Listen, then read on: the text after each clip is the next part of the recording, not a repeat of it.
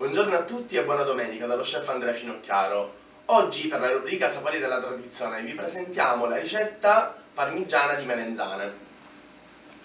3 pomodori maturi, una melenzana turca grande, sale, pangrattato, 50 g di parmigiano, uno spicchio d'aglio e del basilico. Prima cosa iniziamo a tagliare la nostra melenzana tagliando in 2 lembi inferiori e superiori. Dopodiché, con l'aiuto di un pelapatate, iniziamo a sbucciare la nostra melenzana. Sbucciamo la nostra melenzana,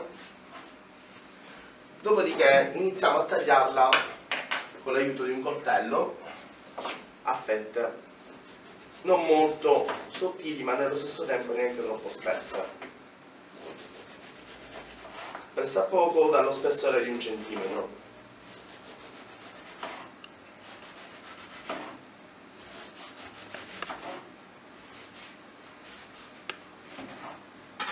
Friggiamo le nostre melenzane in olio bollente caldo,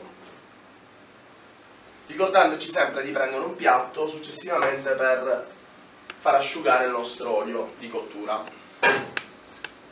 Aggiungiamo della carta assorbente e iniziamo a friggere le nostre melenzane. In olio bollente a circa 190 gradi. Nel contempo, che le nostre melenzane stanno cuocendo, prendiamo i nostri pomodori, incidiamo nella parte inferiore il nostro pomodoro facendo una forma di una croce.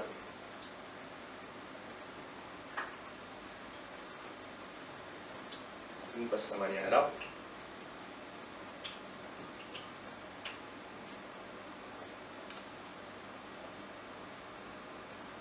Dopo aver portato a bollore la nostra acqua, aggiungiamo un pizzico di sale e versiamo all'interno i nostri pomodori. Li facciamo stare per circa 1 minuto e poi con l'aiuto di un ragno li usciamo e li metteremo in acqua. Dopo aver messo i nostri pomodori in acqua bollente calda, usciamoli e mettiamoli rapidamente in una bacinella con dell'acqua fredda. Questo permetterà facilmente di sbucciare i nostri pomodori e togliere la nostra pellicina, in questa maniera. Dopo averli sbucciati tutti, per bene, che verrà molto più semplice con questa procedura,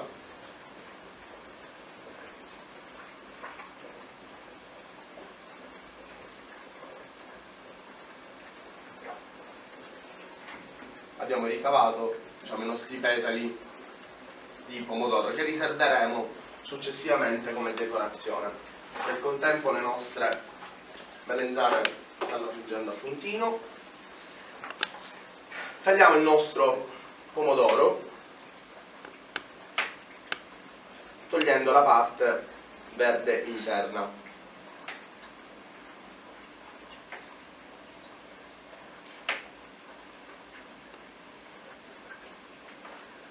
Dopodiché spezzettiamolo realizzando proprio dei piccoli tocchetti in modo che verrà molto più semplice e più rapida la cottura in padella, che faremo tra non molto.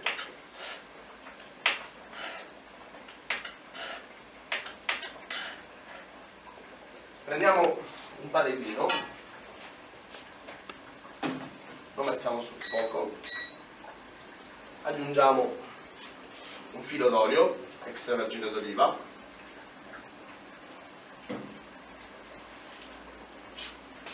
uno spicchio di aglio, preferibilmente in camicia e schiacciato,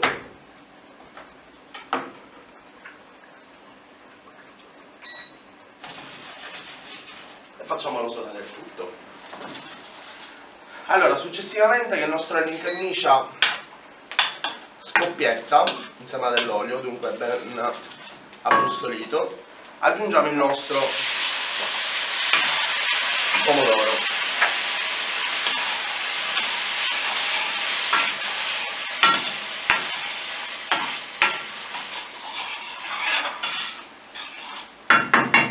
Aggiungiamo un po' d'acqua,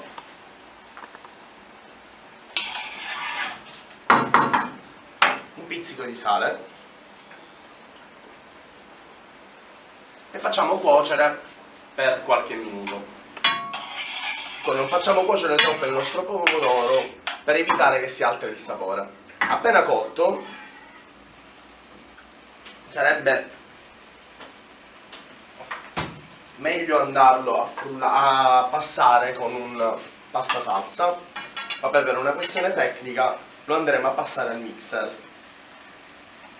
Togliamo l'aglio,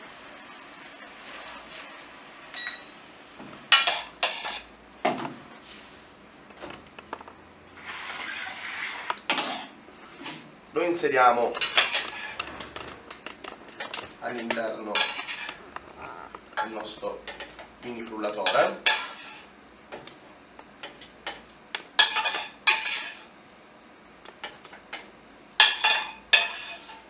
e successivamente emuliamo il tutto.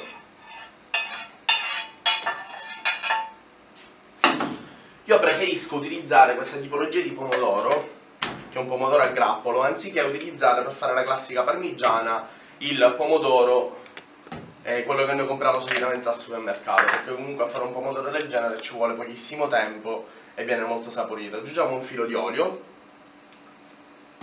una fogliolina di basilico, tanto per aromatizzare il nostro prodotto, e frulliamo il tutto.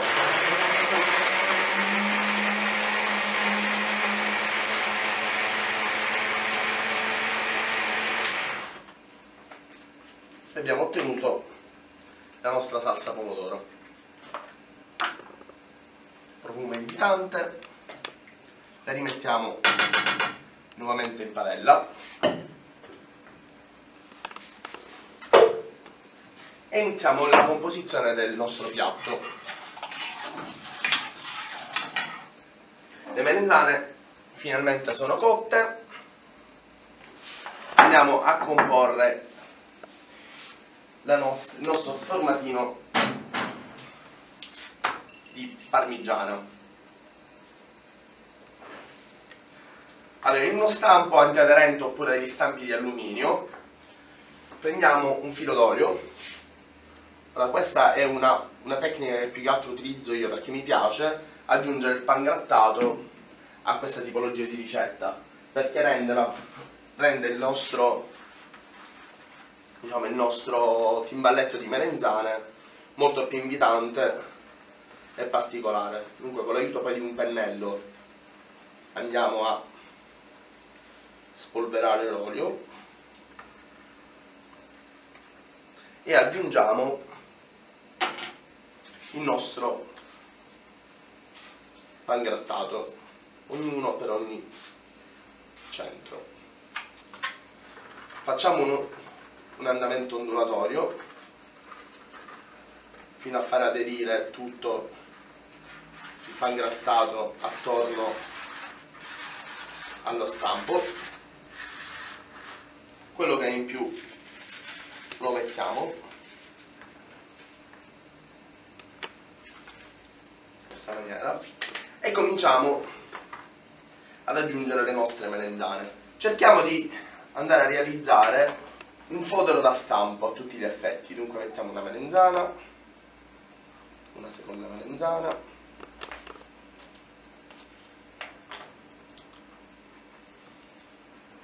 e cominciamo a realizzare i nostri strati. Dunque abbiamo messo prima strato di melanzana, successivamente un goccio di pomodoro,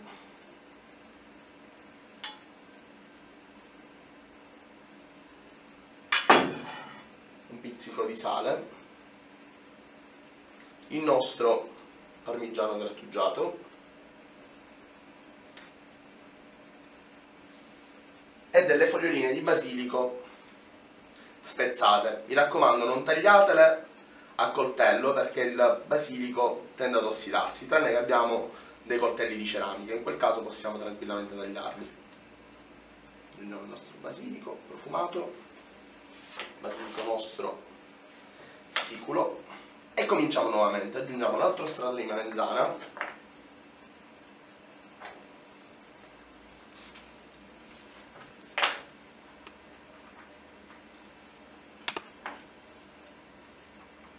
e nuovamente iniziamo con pomodoro,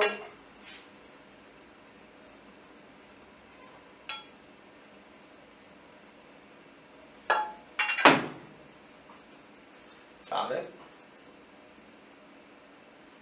parmigiano grattugiato,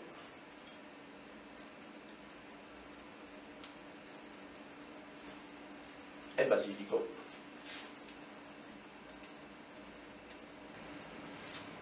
Completiamo sempre con il nostro basilico e chiudiamo infine la nostra parmigiana, sempre aggiungendo come ultimo strato la nostra melanzana. Cerchiamo di farla il più compatta possibile, dunque con l'aiuto delle mani ogni tanto tendiamo a pressare.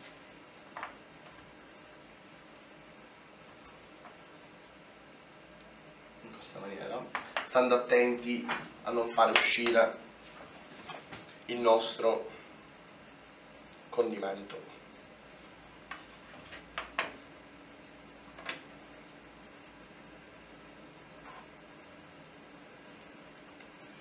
Inforniamo il tutto a una temperatura di 180 gradi per circa 10 minuti.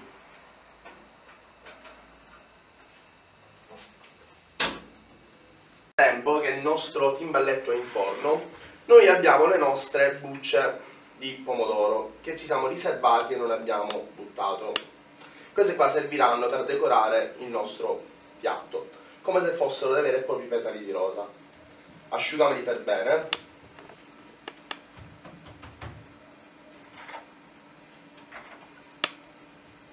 Dopodiché versiamoli all'interno dell'olio bollente.